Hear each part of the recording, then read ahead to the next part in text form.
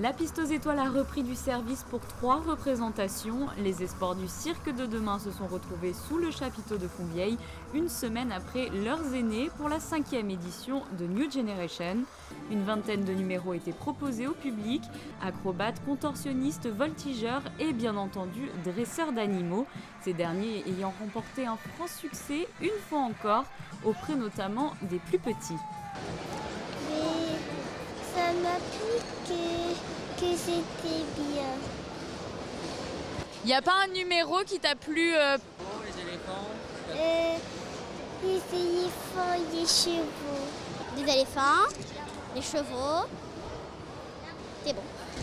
J'ai regardé le cirque. Qu'est-ce qui t'a plu le plus? C'était le clown Pourquoi? parce qu'il faisait trop rire.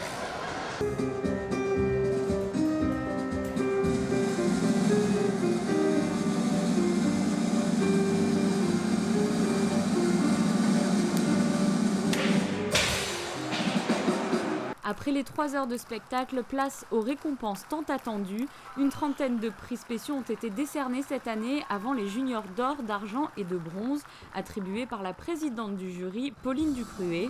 Annalise Nock, la fille du célèbre clown Bello Nock, marche sur les traces de son père en remportant un junior de bronze, tout comme le voltigeur Beau Sergent, le duo glamour des sœurs Tony ou encore les jeunes street artistes de Cap Crew.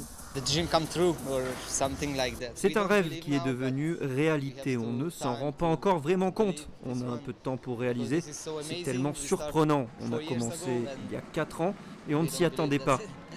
J'ai débuté avec le breakdance et lui a commencé avec le parcours.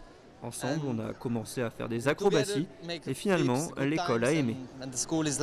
Ils sont arrivés sur une piste conquise. Le duo de main à main de Charlotte et Nicolas a remporté un franc succès auprès du public monégasque et auprès du jury de professionnels qui attribue au couple un junior d'argent.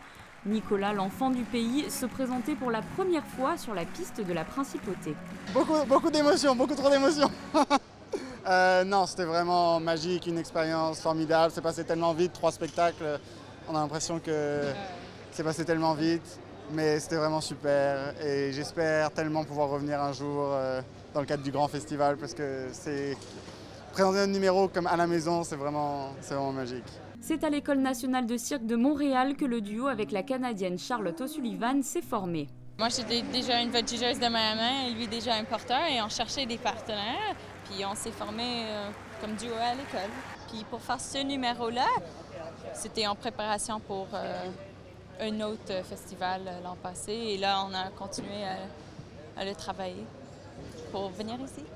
Le duo icarien Lol et Naom, la contorsionniste Olesia Fedotova et le pas de deux de la troupe acrobatique de Swinning complétaient la liste pour les juniors d'argent. Et cette année, ils étaient 2 ex-aequo à remporter le précieux junior d'or, 2 numéros bien distincts, mais 2 artistes issus de grandes familles du cirque. René Casselli Junior s'est fait remarquer avec ses 3 numéros mettant en scène poneys miniatures, chevaux et éléphants. Bien sûr, c'est un réel honneur pour moi d'avoir remporté ce junior d'or. Pour les gens du cirque, même pour les jeunes générations, c'est la plus grande récompense que l'on peut espérer avoir. Et aujourd'hui, on l'a remporté tous les deux, donc on est vraiment très contents.